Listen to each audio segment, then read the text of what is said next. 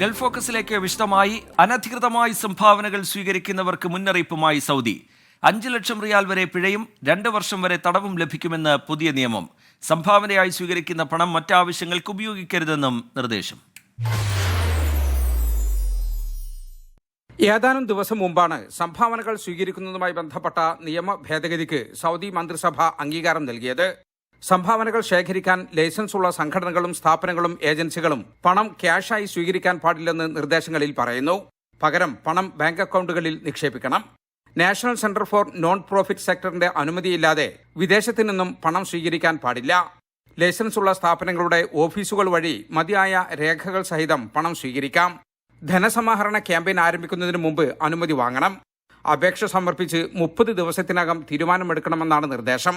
സംഭാവനകൾ ശേഖരിക്കുന്നതിന് website, social media, Billboard, service bill തുടങ്ങിയവ വഴി ആഹ്വാനം ചെയ്യാം. ലൈസൻസ് നമ്പരും ബാങ്ക് ഡീറ്റെയിൽസും ഉൾപ്പെടെയുള്ള വിവരങ്ങൾ ഇതിലുണ്ടാകണം. നിയമലംഘകർക്കെതിരെ ശക്തമായ നടപടി സ്വീകരിക്കുമെന്നാണ് മുന്നറിയിപ്പ്. എന്ത് ആവശ്യത്തിനു വേണ്ടിയാണോ ഫണ്ട് ശേഖരിച്ചത്, പണം ആ ആവശ്യത്തിന് മാത്രമേ ഉപയോഗിക്കാൻ പാടുള്ളൂ. അല്ലാത്ത സാഹചര്യത്തിൽ അധികൃതരുടെ അനുമതി വാങ്ങണം. മാർഗനിർദ്ദേശങ്ങൾ പാലിക്കാതെ സംഭാവന സ്വീകരിക്കുന്ന സ്ഥാപനങ്ങൾക്ക് 2 ലക്ഷം റിയാൽ വരെ പിഴ ചുമത്തും.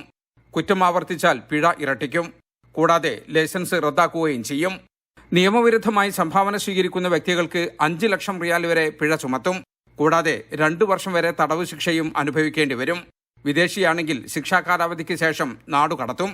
ജലീൽ കണ്ണമംഗലം, 24 ജിദ്ദ. കുറഞ്ഞ ചെലവിൽ വ്യാപാര ലൈസൻസും വിസയും സ്വന്തമാക്കാമെന്ന് സമൂഹ മാധ്യമങ്ങളിൽ പരസ്യം നൽകിയുള്ള തട്ടിപ്പിനെതിരെ ദുബായിലെ വിസ സേവനദാതാക്കൾ. രാജ്യത്ത് തുടരാൻ ആഗ്രഹിക്കുന്നവരെ ഫ്രീലാൻസ് വിസ എന്ന പേരിൽ പാർട്ട്ണർ വിസ നൽകി കബളിപ്പിക്കുകയാണ് പലരും ചെയ്യുന്നത്. UAE എവിടെയും ജോലി ചെയ്യാവുന്ന ഫ്രീലാൻസ് വിസ ഇല്ലെന്നും അവർ വ്യക്തമാക്കി. വിസ പുതുക്കുന്നതിനോ റദ്ദാക്കുന്നതിനോ ആയി സ്പോൺസറെ അന്വേഷിക്കുമ്പോഴാണ് കബളിപ്പിക്കപ്പെട്ട കാര്യം പലരും അറിയുന്നത്. സ്പോൺസറെ കണ്ടെത്താൻ ആയില്ലെങ്കിൽ ലേബർ കോടതിയിൽ പരാതി നൽകി വിസ റദ്ദാക്കാനുള്ള നടപടിയുമായി മുന്നോട്ടു പോകാമെന്നും വിസ സേവനദാതാക്കൾ ദുബായിൽ വാർത്താസമ്മേളനത്തിൽ പറഞ്ഞു.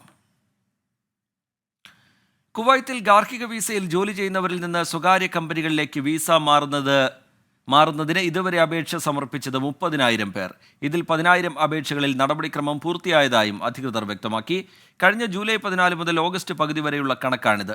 സെപ്റ്റംബർ 12-നാണ് സമയപരിധി അവസാനിക്കുക. കുവൈത്തിൽ 6-ാം റിംഗ് റോഡിൽ ഉണ്ടായ അപകടത്തിൽ ഒരാൾ മരിച്ചു. ഒരാൾക്ക് ഗുരുതരമായി പരിക്കേറ്റു. മരിച്ചയാളെ തിരിച്ചറിഞ്ഞിട്ടില്ല. അഗ്നിരക്ഷാ സേനാംഗങ്ങൾ സ്ഥലത്തെത്തി രക്ഷാപ്രവർത്തനം നടത്തി. ഗുരുതരമായി പരിക്കേറ്റയാളെ ആശുപത്രിയിൽ പ്രവേശിപ്പിച്ചു. നോർത്ത് അമേരിക്കയിലെ മലയാളി സംഘടനകളുടെ കേന്ദ്ര സംഘടനയായ ഫൊക്കാനോയ്ക്ക് പുതിയ ഭരണസമിതി. ന്യൂജേഴ്സിയിലെ റോയൽ ആൽബർട്ട് പാലസിൽ നടന്ന പ്രൗഢഗംഭീരമായ ചടങ്ങിൽ 100 കണക്കിന് ആളുകൾ പങ്കെടുത്തു. തികഞ്ഞ ദിശാബോധമുള്ള ഒരു നേതൃനിരയാണ് ഇനിയുള്ള 2 വർഷങ്ങൾ ഫൊക്കാനയെ നയിക്കുക. വരും വർഷങ്ങളിലെ രൂപരേഖയുമായി അതിനുള്ള പ്രവർത്തനങ്ങൾ ആരംഭിച്ചു കഴിഞ്ഞു പൊതുനേതൃത്വം. പുതിയ ഭരണസമിതി ഡോക്ടർ സജിമോൻ ആന്റണിയുടെ നേതൃത്വത്തിൽ മുൻ പ്രസിഡന്റ് ഡോക്ടർ ബാബു സ്റ്റീഫനിൽ നിന്ന് അധികാരം ഏറ്റെടുത്തതോടെ വിപുലമായ ഭാവി പദ്ധതികൾ ആസൂത്രണം ചെയ്യുകയാണ് നേതൃത്വം. ഫൊക്കാനയെ 2 വർഷം നയിക്കാൻ കഴിഞ്ഞതിലും കൺവെൻഷൻ കുറ്റമറ്റതാക്കാൻ കഴിഞ്ഞതിലും ഡോക്ടർ ബാബു സ്റ്റീഫൻ സന്തോഷം പ്രകടിപ്പിച്ചു. I'm so extremely happy that my term is over 2 years. I was the president of Focana. You all helped me to work hard to make this convention a grand success. തെരഞ്ഞെടുപ്പ് വേളയിൽ പുറത്തിറക്കിയ പ്രവർത്തന രൂപരേഖയിൽ സൂചിപ്പിച്ച കാര്യങ്ങൾ പൂർണ്ണമായും നടപ്പിലാക്കുമെന്ന് സജിമോൻ ആന്റണി പ്രഖ്യാപിച്ചു. Election is over. There is no 3 team or legacy team. This is only one Focana. I invite everybody to join with us to work with us for the benefit of Malayalis. Doctor Babu സ്റ്റീഫന്റെ നേതൃത്വത്തിലുള്ള committee അംഗങ്ങളും വിവിധ സംഘടനകളുടെ പ്രതിനിധികളും മാധ്യമപ്രവർത്തകരും ചടങ്ങിൽ പങ്കെടുത്തു. വരും വർഷങ്ങളിൽ ഫൊക്കാനയെ അന്താരാഷ്ട്ര തലത്തിലെ തന്നെ ഒരു പ്രമുഖ സംഘടനയാക്കി മാറ്റുമെന്ന പ്രഖ്യാപനം പ്രവാസി മലയാളികൾക്ക് ഏറെ പ്രതീക്ഷ നൽകുന്ന ഒന്നാണ്. Meenu Cheladan, 24 USA. Indian Overseas Congress Pennsylvania Kerala chapter ഫിലാഡൽഫിയയിൽ സംഘടിപ്പിച്ച സ്വാതന്ത്ര്യദിനാഘോഷം വേറിട്ടതായി. മാത്യു കുഴൽനാടൻ MLA ചടങ്ങിൽ മുഖ്യാതിഥിയായിരുന്നു. സ്വാതന്ത്ര്യദിനത്തെ നിസ്സാരതയോടെ സമീപിക്കുന്ന ഈ നാളുകളിൽ ശിപ്പായി ലഹളയിൽ തുടങ്ങി 1 നൂറ്റാണ്ട് നീണ്ട പോരാട്ടത്തിലൂടെയാണ് നാം സ്വാതന്ത്ര്യം നേടിയതെന്ന് എല്ലാവരും ഓർമ്മിക്കണമെന്ന് ഡോക്ടർ മാത്യു കുഴൽനാടൻ MLA ഓർമ്മപ്പെടുത്തി. ഇന്ത്യൻ നാഷണൽ കോൺഗ്രസിന്റെ രൂപീകരണത്തിന് ശേഷമാണ് രാജ്യത്തിന് ഐക്യവും അഖണ്ഡതയും കൈവന്നതെന്നും ഇന്ത്യക്കാരന്റേതെന്ന വികാരം രാജ്യമെങ്ങും പടർന്നു പന്തലിച്ചതെന്നും അദ്ദേഹം കൂട്ടിച്ചേർത്തു.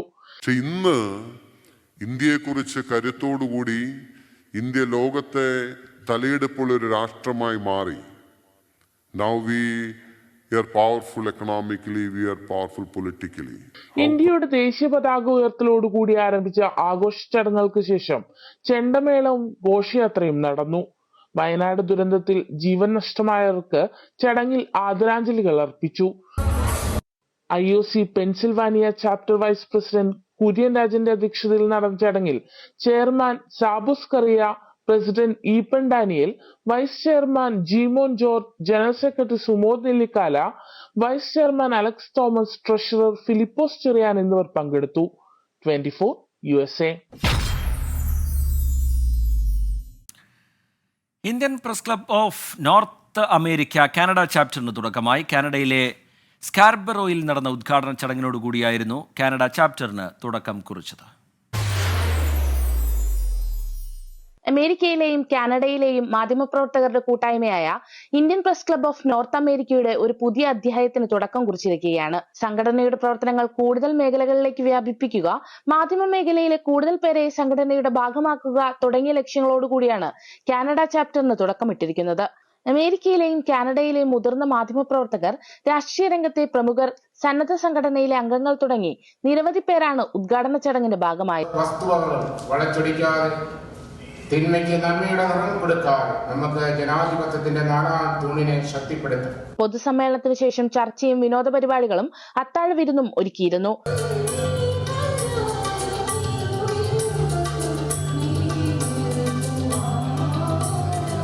President Shibu Kizhakkekuttu, secretary Vincent Pappachan തുടങ്ങിയവരുടെ നേതൃത്വത്തിലായിരുന്നു ചടങ്ങുകൾ. 24 USA. ഓണത്തെ വരവേൽക്കാൻ വള്ളംകളി മത്സരവുമായി പ്രവാസി മലയാളികൾ. ഓസ്ട്രേലിയയിൽ നിന്ന് സുരാജ് സെബാസ്റ്റ്യൻ തയ്യാറാക്കിയ റിപ്പോർട്ടിലേക്ക്. മലയാള നാട്ടിൽ അത്തം 10-നാണ് പൊന്നോണം. ഇവിടെ ഓസ്ട്രേലിയയിൽ ചിങ്ങം പിറന്നാൽ ഓണമാണ്. ഓണാഘോഷങ്ങളുടെ ആരവമാണ്.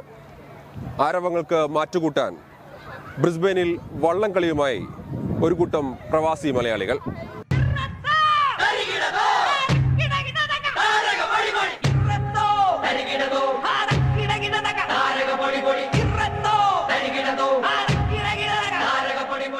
ശൈത്യകാലം പിന്നിട്ട് വസന്തകാലത്തെ വരവേൽക്കാൻ ഒരുങ്ങുകയാണ് ഓസ്ട്രേലിയ. വസന്തകാലത്ത് വിരുന്നെത്തുന്ന ഓണക്കാലം വള്ളംകളി മത്സരങ്ങളുടെ പൂക്കാലമാണ്.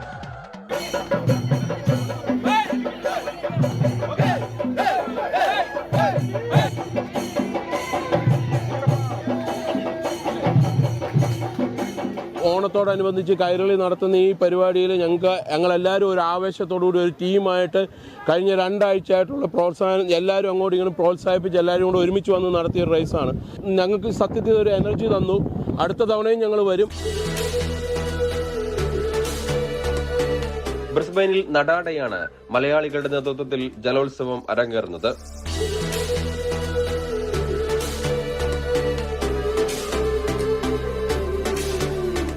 ഞാൻ ഏകദേശം 18 വർഷത്തോളമായി ബ്രിസ്ബെയിനിൽ ജീവിക്കുന്നു. ഇത് തികച്ചും വളരെ നല്ല ഒരു അനുഭവം. നാട്ടിൽ ഉള്ള വള്ളംകളി കാണുന്നത് പോലെ പിറവമോ പുന്നമടയോ ആലപ്പുഴയോ എല്ലാം കാണുന്നത് പോലെയുള്ള ഒരു അനുഭവം ഇവിടെ ഉണ്ടായി. മൊത്തം ഒരു ഫാമിലി ഈവൻ്റ് പോലെ നമ്മൾ ഓർഗനൈസ് ചെയ്തു. അതാണ് ഞങ്ങളുടെ വിജയം. കൈരളി മലയാളി അസോസിയേഷൻ സംഘടിപ്പിച്ച ജലമാമാങ്കത്തിന് സാക്ഷ്യം വഹിക്കാൻ 100 കണക്കിന് ആളുകളാണ് തെക്കൻ ബ്രിസ്ബെയിനിലെ റിവർ ഹിൽസിൽ ഒഴുകിയെത്തിയത്.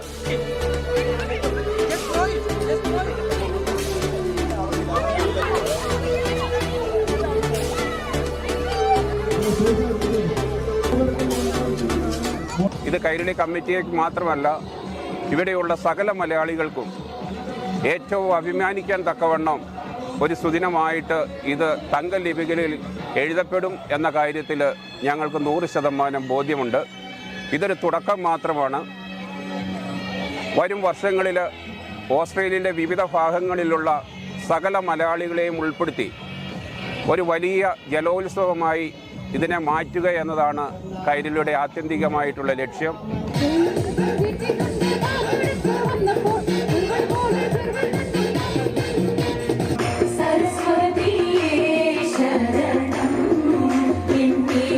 ഇടവേളകളിൽ തിരുവാതിര കളിച്ചും നാടൻ പാട്ടുകൾ പാടിയും ജലപൂരം കളറാക്കി.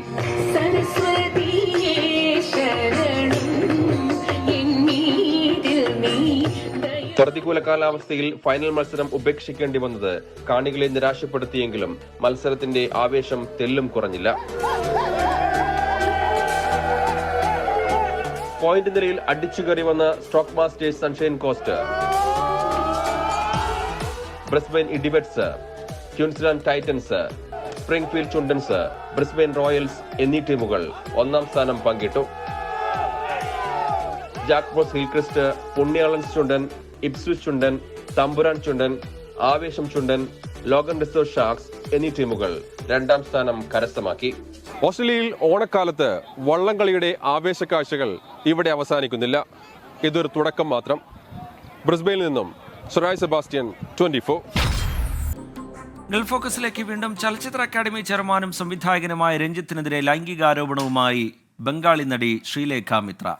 രഞ്ജിത്ത് സംവിധാനം ചെയ്ത പാലേരി മാണിക്യം സിനിമയിൽ അഭിനയിക്കാനെത്തിയപ്പോഴാണ് മോശം പെരുമാറ്റമുണ്ടായതെന്ന് നടി 24നോട് തുറന്നു പറഞ്ഞു. ദുരനുഭവം നടി തന്നോട് പങ്കുവച്ചിരുന്നെന്ന് സംവിധായകൻ ജോഷി ജോസഫ് പറഞ്ഞു. This should have been done much before, because from the history of film, we know that people, mostly women, are exploited by and large.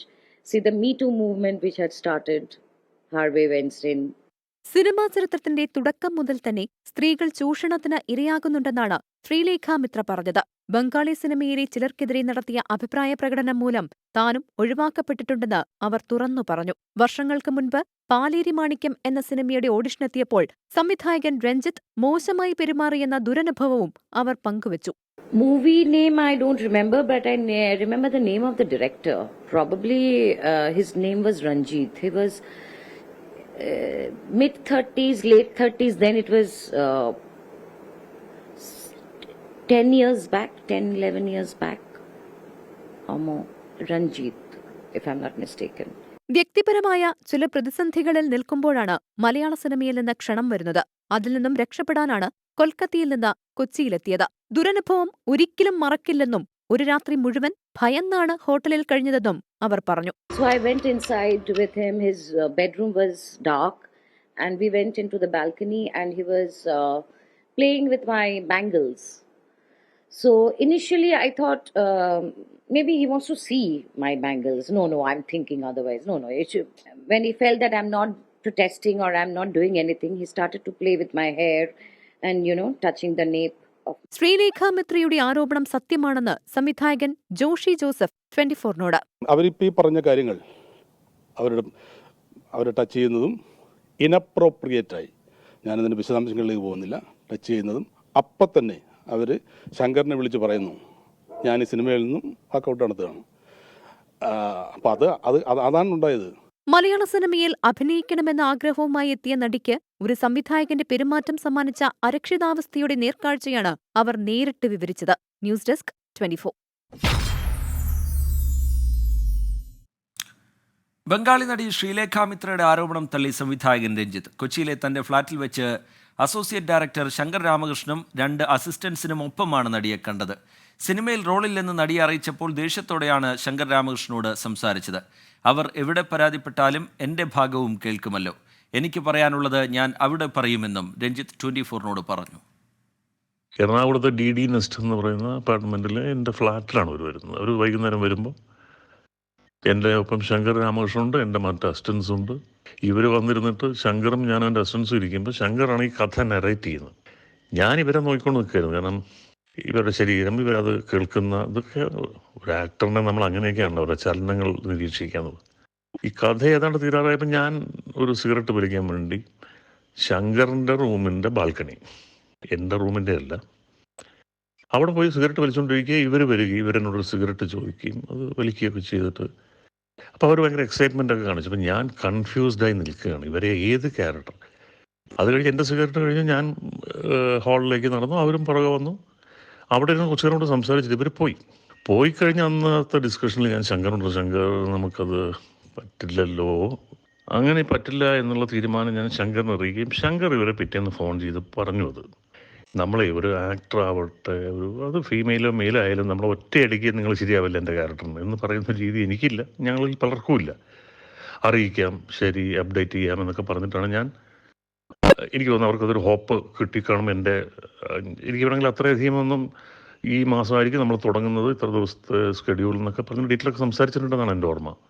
അപ്പം അത് ആയിരിക്കാം ഇവർ ശങ്കറിൻ്റെ അടുത്ത് സംസാരിച്ചത് വളരെ കോപം കൊണ്ടാണ്. പിന്നെ എന്തിനാണ് നിങ്ങളെന്നെ വിളിച്ചു വരുത്തിയത്, നിങ്ങളെന്താ എൻ്റെ സിനിമകൾ കണ്ടിട്ടില്ലേ? അപ്പം ശങ്കർ അവരുടെ മാന്യമായ ഭാഷയിൽ പറഞ്ഞു, മാഡം നിങ്ങൾ അഭിനയിച്ച ബംഗാളി സിനിമകൾ കണ്ടിട്ടല്ല, നമ്മുടെ ഒരു കോമൺ ഫ്രണ്ട് ജോഷിയിൽ നിന്നൊരു നിങ്ങളുടെ ഫോട്ടോ കിട്ടിയത് നിങ്ങളെക്കുറിച്ച് പിന്നെ നമ്മൾ അന്വേഷിച്ചു, അങ്ങനെയൊക്കെയാണ് വന്നത്. പക്ഷേ ഈ 2 ക്യാരക്ടേഴ്സിന് പറ്റില്ല സംവിധായകൻ പറയുമ്പോൾ പിന്നെ എന്തിനാണ് എന്നെ വിളിച്ചു വരുത്തിയെന്ന് ചോദിച്ചപ്പോൾ നേരിട്ട് നിങ്ങളെ കാണുകയും സംസാരിക്കുകയും ചെയ്തിട്ടല്ലേ ഒരു നറേഷൻ അങ്ങനെയൊക്കെയല്ലേ നടക്കുക എന്നൊക്കെ പറഞ്ഞു. ഇവർ ദേഷ്യത്തിൽ എന്തോ പറഞ്ഞിട്ട് ഫോൺ വെച്ചു. ഇത് അന്ന് അവസാനിച്ചതാണ്. ഇതിനിടയിലൂടെ ഞാൻ ഈ പറയുന്ന സമയത്ത് അവരുടെ വളകളിൽ തൊട്ടു എന്നൊക്കെ പറയും, അങ്ങനെ എന്തൊക്കെയോ പറഞ്ഞു, മുടിയിൽ തലോടി എന്നൊക്കെ. ആ ഭാഗം മാത്രമാണ് ഇതിനകത്ത് ആഡ് ചെയ്യപ്പെട്ടിട്ടുള്ളത്. അത് ആരുടെ ബുദ്ധിയോ കുബുദ്ധിയോ ആണ് ഇതിൻ്റെ പിന്നിലെന്ന് എനിക്കറിയില്ല, ഞാനത് അന്വേഷിച്ച് പോകാനും പോകുന്നില്ല. പിന്നെ ഇത് ഞാൻ താമസിക്കുന്ന ഫ്ലാറ്റിലേക്ക്, ഞാൻ മാത്രമല്ല അവിടെ ശങ്കർ താമസിക്കുന്നുണ്ട്, വേറെ എൻ്റെ അസിസ്റ്റൻസ് ചിലപ്പോൾ അവിടെ കിടന്ന് ഉറങ്ങാറുണ്ട്. അതിൻ്റെ ഓപ്പണായിട്ടുള്ള ഒരു സ്ഥലത്ത് നിന്നുകൊണ്ട് സംസാരിച്ച് പിരിഞ്ഞതാണത്. ആർക്കാണ് ഇതിനകത്ത് ഇപ്പോൾ ഒരു ഗൂഢോദ്ദേശം എന്നുള്ളത് എനിക്കറിയില്ല, ഞാൻ അതിൻ്റെ പിന്നിൽ പോകുന്നില്ല.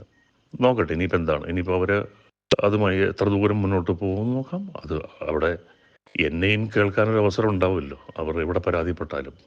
എനിക്ക് പറയാനുള്ളത് ഞാൻ പറയുകയും ചെയ്യും. ശ്രീലേഖ മിത്രയുടെ ആരോപണത്തിൽ സംവിധായകൻ രഞ്ജിത്തിനെ ചലച്ചിത്ര അക്കാദമി ചെയർമാൻ സ്ഥാനത്ത് നിന്ന് മാറ്റണമെന്ന് KPCC അധ്യക്ഷൻ K. സുധാകരൻ. ആരോപണങ്ങളിൽ അന്വേഷണം വേണമെന്നും K. സുധാകരൻ ആവശ്യപ്പെട്ടു. ഏറെ വിമർശനങ്ങൾക്കും സംഘടനയ്ക്കുള്ളിലെ സമ്മർദ്ദത്തിനും ശേഷമാണ് ഹേമ കമ്മിറ്റി റിപ്പോർട്ടിൽ പ്രതികരണത്തിന് താരസംഘടന തയ്യാറായത്. റിപ്പോർട്ടിനെ സ്വാഗതം ചെയ്യുന്നുവെന്നും കുറ്റകൃത്യമുണ്ടെങ്കിൽ സർക്കാർ കേസെടുത്ത് അന്വേഷണം നടത്തട്ടെയെന്നും ജനറൽ സെക്രട്ടറി. ആ റിപ്പോർട്ട് വളരെ സ്വാഗതാർഹമായിട്ടാണ് തോന്നിയത്. ആ റിപ്പോർട്ടിൽ പറഞ്ഞിരിക്കുന്ന ഫൈൻഡിങ്സും അതിൽ ഹേമ കമ്മിറ്റി സർക്കാരിന് കൊടുത്തിട്ടുള്ള റെക്കമെൻഡേഷൻസും എല്ലാം തികച്ചും സ്വാഗതാർഹമാണ്. അതെല്ലാം നടപ്പിൽ വരുത്തണമെന്ന് തന്നെയാണ് ഞങ്ങളുടെ ആഗ്രഹം. റിപ്പോർട്ടിൽ പരാമർശിക്കുന്ന നടിമാർക്കെതിരായ കാസ്റ്റിംഗ് കൗച്ച് ഉൾപ്പെടെയുള്ള അതിക്രമങ്ങൾ ഒറ്റപ്പെട്ട സംഭവമെന്ന് വിശദീകരണം. കാസ്റ്റിംഗ് കൗച്ച് നടന്നിട്ടുണ്ടോ ഇല്ലെന്നുള്ള വ്യക്തമായി പറയാൻ കഴിയാത്തത്, ഞങ്ങൾക്ക് അത്തരം അനുഭവങ്ങൾ ആരെങ്കിലും നേരിട്ട് റിപ്പോർട്ട് ചെയ്തെങ്കിൽ മാത്രമാണ് നമുക്ക് ഇന്ന ആൾക്കുണ്ടായി, ഇന്ന സ്ഥലത്തു നിന്നുണ്ടായി, അങ്ങനെ ഇടപെടാൻ ചിലപ്പോൾ നമുക്ക് പറ്റുമായിരിക്കും. അതല്ലാതെ ഇത് നേരത്തെ പറഞ്ഞ പോലെ പറയാൻ ഭയപ്പെടുന്നു എന്നൊക്കെ പറയുമ്പോൾ പിന്നെ നമുക്കത് അന്വേഷിച്ച് കണ്ടുപിടിക്കാനുള്ള ഒരു ചുമതല ഏറ്റെടുക്കാൻ സാധിക്കാത്തതുകൊണ്ടാണ്. റിപ്പോർട്ടിന്റെ പേരിൽ സംഘടനയെ പ്രതിസ്ഥാനത്ത് നിർത്തരുത്. ഒരിക്കലും ഹേമ കമ്മിറ്റി അമ്മയ്ക്കെതിരായിട്ടോ അല്ലെങ്കിൽ അമ്മ ഹേമ കമ്മിറ്റി റിപ്പോർട്ടിനെതിരായിട്ടോ അല്ല. പക്ഷെ മാധ്യമങ്ങൾ ഞങ്ങളൊരു പ്രതിസ്ഥാനത്ത് നിർത്തിയിട്ടുള്ള ഒരു ചിത്രീകരിക്കുന്നത് കാണുമ്പോൾ അതിയായ ദുഃഖം തോന്നുന്നുണ്ട്. റിപ്പോർട്ടിന്റെ പേരിൽ പുകമറ തീർക്കരുത്, അന്വേഷണം ആവശ്യപ്പെടാൻ ഭയമില്ലെന്നും സിദ്ദിഖ്. ഇതൊന്നും ആരാണെന്നോ എന്താണെന്നോ നമുക്കൊരു ഒരു പുകമറ സൃഷ്ടിച്ച് ഇങ്ങനെ സംഭവങ്ങൾ ഉണ്ടായി എന്ന് പറയുന്നത് കൃത്യമായിട്ടൊരു കാര്യം പറഞ്ഞാൽ തീർച്ചയായിട്ടും അതിനുള്ള നടപടിയെടുക്കാൻ നമുക്ക് ഭാഗം ചെയ്യാം. സിനിമയിൽ തനിക്ക് ദുരനുഭവം ഉണ്ടായിട്ടില്ലെന്ന് എക്സിക്യൂട്ടീവ് അംഗം ജോമോൾ. ഇന്നേ വരെ എനിക്ക് എന്റെ അനുഭവം വെച്ച് പറഞ്ഞാൽ ഒരാൾ പോലും മോശമായിട്ട് സംസാരിക്കുകയോ നിങ്ങൾ പറയുന്ന പോലെ ഈ കഥയിൽ വന്ന് തട്ടുകയോ അല്ലെങ്കിൽ കൂടെ സഹകരിച്ചാൽ മാത്രമേ സിനിമയിൽ അഭിനയിക്കാൻ ചാൻസ് തരുള്ളൂ എന്നൊന്നും പറഞ്ഞു. മുഴുവൻ ചോദ്യങ്ങൾക്കും മറുപടിയില്ലാതെയാണ് സിദ്ദിഖ്, ജോമോൾ, അനന്യ, വിനു മോഹൻ, ജയൻ ചേർത്തല എന്നിവർ വാർത്താസമ്മേളനം അവസാനിപ്പിച്ചത്. 24 കൊച്ചി. ആരോപണങ്ങൾ അറിയില്ലെന്നും കുറ്റകൃത്യങ്ങളിൽ നടപടിയെടുക്കേണ്ടത് സർക്കാരാണെന്നും പറഞ്ഞ് ഹേമ കമ്മിറ്റി റിപ്പോർട്ടിൽ കൈമലർത്തുകയാണ് താരസംഘടനയായ അമ്മ. നടിമാർക്ക് നേരെയുള്ള അതിക്രമങ്ങളെ ഒറ്റപ്പെട്ട സംഭവമെന്നാണ് അമ്മ ജനറൽ സെക്രട്ടറി സിദ്ദിഖ് വിശേഷിപ്പിച്ചത്. ആ റിപ്പോർട്ടാണ് ഇപ്പോൾ പ്രേക്ഷകർ കണ്ടത്. ഹേമ കമ്മിറ്റി റിപ്പോർട്ടിന്മേൽ താരസംഘടന അമ്മയിൽ ഭിന്നത. സിനിമാ മേഖലയിലെ അതിക്രമം ഒറ്റപ്പെട്ട സംഭവമാണെന്ന ജനറൽ സെക്രട്ടറി സിദ്ദിഖിന്റെ നിലപാട് തള്ളി വൈസ് പ്രസിഡന്റ് ജഗദീഷ് രംഗത്തെത്തി. ഇങ്ങനെ പറഞ്ഞൊഴിഞ്ഞു മാറാൻ കഴിയില്ലെന്നും ലൈംഗിക ചൂഷണത്തെ സാമാന്യവൽക്കരിക്കരുത് എന്നുമായിരുന്നു ജഗദീഷിന്റെ മറുപടി. കൊച്ചിയിൽ അമ്മയുടെ വാർത്താസമ്മേളനം സിദ്ദിഖ് അവസാനിപ്പിച്ചതിന് തൊട്ടു പിന്നാലെ തിരുവനന്തപുരത്തെ വസതിയിൽ ജഗദീഷ് മാധ്യമങ്ങളെ കണ്ടു. റിപ്പോർട്ടിലുള്ള അമ്മയുടെ പ്രതികരണം വൈകിയതിലെ ജനറൽ സെക്രട്ടറിയുടെ ന്യായീകരണത്തെ തള്ളിയാണ് ജഗദീഷ് തുടങ്ങിയത്. ഹേമ കമ്മിറ്റി റിപ്പോർട്ടിനെ കുറിച്ചുള്ള പ്രതികരണം വൈകിയതിന് ഞാൻ പൊതുസമൂഹത്തോട് ക്ഷമ ചോദിക്കുകയാണ്. കാരണം വളരെ പെട്ടെന്ന് തന്നെ പ്രതികരിക്കേണ്ടതായിരുന്നു. അതിന് കാരണം എന്തായാലും അമ്മയുടെ ഭാഗത്തു നിന്നും ഒരു വീഴ്ച പറ്റിയിട്ടുണ്ട്. സിദ്ദിഖ് നടത്തിയ ഓരോ വാദത്തിനും മറുപടി. സ്ത്രീകൾ അതിക്രമം നേരിടുന്നുവെന്ന റിപ്പോർട്ടിലെ മൊഴികൾ ഒറ്റപ്പെട്ട സംഭവമല്ലെന്ന് ജഗദീഷ്. നടിമാർക്ക് ഇന്ന രീതിയിൽ പരാതിയുണ്ട്, ഇതേപോലെ വാതിൽ മുട്ടിയിട്ടുണ്ട് എന്ന് പറയുമ്പോൾ എവിടെ വാതിൽ മുട്ടി എന്ന് നമ്മൾ ചോദിക്കേണ്ട കാര്യമില്ല. വാതിൽ മുട്ടി എന്ന് ഒരു ആർട്ടിസ്റ്റ് പറഞ്ഞിട്ടുണ്ടെങ്കിൽ അതിനെക്കുറിച്ച് അന്വേഷിക്കണം. ആ കുട്ടിയുടെ പരാതി നമ്മൾ പരിഹരിക്കണം. ഇതേപോലുള്ള ഇത് ഒറ്റപ്പെട്ട സംഭവമാണെന്ന് പറഞ്ഞ് ഒഴിഞ്ഞു മാറുന്നത് ശരിയല്ല എന്നാണ് എന്റെ പക്ഷം. അമ്മയുടെ പക്ഷവും അത് തന്നെ. റിപ്പോർട്ടിന്റെ പേരിൽ സിനിമാ മേഖലയിലെ മുഴുവൻ ആളുകളെയും അടച്ചാക്ഷേപിക്കരുത് എന്നായിരുന്നു സിദ്ദിഖിന്റെ അഭ്യർത്ഥന. എന്നാൽ ആരോപണ വിധേയർ അഗ്നിശുദ്ധി വരുത്തട്ടെയെന്ന് ജഗദീഷ് തുറന്നടിച്ചു. കോൺക്ലേവിനെ കുറിച്ച് കൂടുതൽ അറിയില്ലെന്ന് പറഞ്ഞ് സിദ്ദിഖ് ഒഴിഞ്ഞുമാറിയപ്പോൾ ഇരകളെയും വേട്ടക്കാരെയും ഒപ്പമിരുത്തരുത് എന്നും WCCയുടെ ആവശ്യം പരിഗണിക്കുമെന്നും ജഗദീഷ്. കോൺക്ലേവിന്റെ കാര്യത്തിൽ, ഘടനയുടെ കാര്യത്തിൽ ഈ WCC പറയുന്ന പോലെ ഏതെങ്കിലും വ്യക്തികളോട് ആ വ്യക്തികൾ ആരോപണ വിധേയരാണെന്ന് WCCക്ക് അഭിപ്രായമുണ്ടെങ്കിൽ അവരെ ഒഴിവാക്കി നിർത്തട്ടെ. എന്താണ് കോൺക്ലേവിന്റെ ഉദ്ദേശമെന്നോ എന്താണ് കോൺക്ലേവിന്റെ സ്ട്രക്ചർ എന്നോ ആരാണ് ഇപ്പൊ സർക്കാരാണ് കോൺക്ലേവ് പ്ലാൻ ചെയ്തിട്ടുള്ളതെന്ന് അറിയാം. അത് ഞങ്ങൾ ആരും ക്ഷണിച്ചിട്ടില്ല. വിയോജിപ്പുകളാണ് തുറന്നു പ്രകടിപ്പിച്ചതെങ്കിലും ജനറൽ സെക്രട്ടറിയുമായി ഭിന്നതയില്ലെന്ന് പറഞ്ഞാണ് ജഗദീഷ് അവസാനിപ്പിച്ചത്. പിന്നാലെ സിദ്ദിഖ് വീണ്ടും മാധ്യമങ്ങളോട് താൻ പറഞ്ഞതിനെതിരായി ജഗദീഷ് ഒന്നും പറഞ്ഞിട്ടുണ്ടാകില്ലെന്ന് മറുപടി. 24 കൊച്ചി, തിരുവനന്തപുരം. ഗൾഫ് ഫോക്കസിലേക്ക് വീണ്ടും. യുക്രൈനിലെത്തിയ പ്രധാനമന്ത്രി നരേന്ദ്രമോദിക്ക് ഊഷ്മള സ്വീകരണം. പ്രസിഡന്റ് വൊലോദിമിർ സെലൻസ്കിക്കൊപ്പം മോദി കീവിലെ നാഷണൽ മ്യൂസിയം ഓഫ് ഹിസ്റ്ററി സന്ദർശിച്ചു. സന്ദർശനത്തിൽ സെലൻസ്കിയെ ചേർത്ത് പിടിച്ച് മോദി. യുദ്ധത്തിൽ കൊല്ലപ്പെട്ട കുട്ടികളുടെ ചിത്രങ്ങളും വിവരങ്ങളും അടയാളപ്പെടുത്തിയിരുന്ന പ്രദർശനമാണ് മോദി സന്ദർശിച്ചത്. പിഞ്ചുകുഞ്ഞുങ്ങളെ സംബന്ധിച്ച് യുദ്ധം വിനാശകരമാണെന്ന് സന്ദർശനത്തെക്കുറിച്ച് പ്രധാനമന്ത്രി എക്സിൽ കുറിച്ചു. കുട്ടികളെ നഷ്ടപ്പെട്ട മാതാപിതാക്കളെക്കുറിച്ചാണ് തന്റെ ചിന്തയെന്നും അദ്ദേഹം കൂട്ടിച്ചേർത്തു. മ്യൂസിയം സന്ദർശനത്തിൽ വികാരാധീനനായ സെലൻസ്കിയെ മോദി ചേർത്തുപിടിച്ചു. കീവിലെ മഹാത്മാഗാന്ധി സ്മാരകത്തിൽ പുഷ്പാർച്ചന നടത്തിയ ശേഷമാണ് പ്രധാനമന്ത്രി മ്യൂസിയം സന്ദർശിക്കാനെത്തിയത്.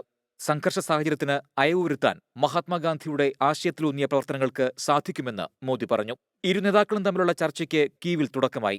റഷ്യ യുക്രൈൻ യുദ്ധം അവസാനിപ്പിക്കുന്നത് സംബന്ധിച്ച് ഇരു നേതാക്കളും ചർച്ച നടത്തിയേക്കുമെന്നാണ് സൂചന. 7 മണിക്കൂർ നീണ്ടുനിൽക്കുന്ന സന്ദർശനത്തിൽ മറ്റ് നിർണായക വിഷയങ്ങളും ചർച്ചയാകും. 1991 സ്വതന്ത്ര രാഷ്ട്രമായതിനു ശേഷം ആദ്യമായാണ് ഒരു ഇന്ത്യൻ പ്രധാനമന്ത്രി യുക്രൈൻ സന്ദർശിക്കുന്നത്. റഷ്യൻ സന്ദർശനം നടത്തി ആഴ്ചകളുടെ വ്യത്യാസത്തിലാണ് മോദിയുടെ യുക്രൈൻ സന്ദർശനം. പോളണ്ടിൽ നിന്ന് റെയിൽ ഫോഴ്സ് 1 ട്രെയിനിൽ 10 മണിക്കൂർ യാത്ര ചെയ്താണ് മോദി യുക്രൈനിലെത്തിയത്. International desk 24. ഈ റിപ്പോർട്ടോടെ ഗൾഫ് ഫോക്കസ് പൂർത്തിയാവുകയാണ്. നമസ്കാരം.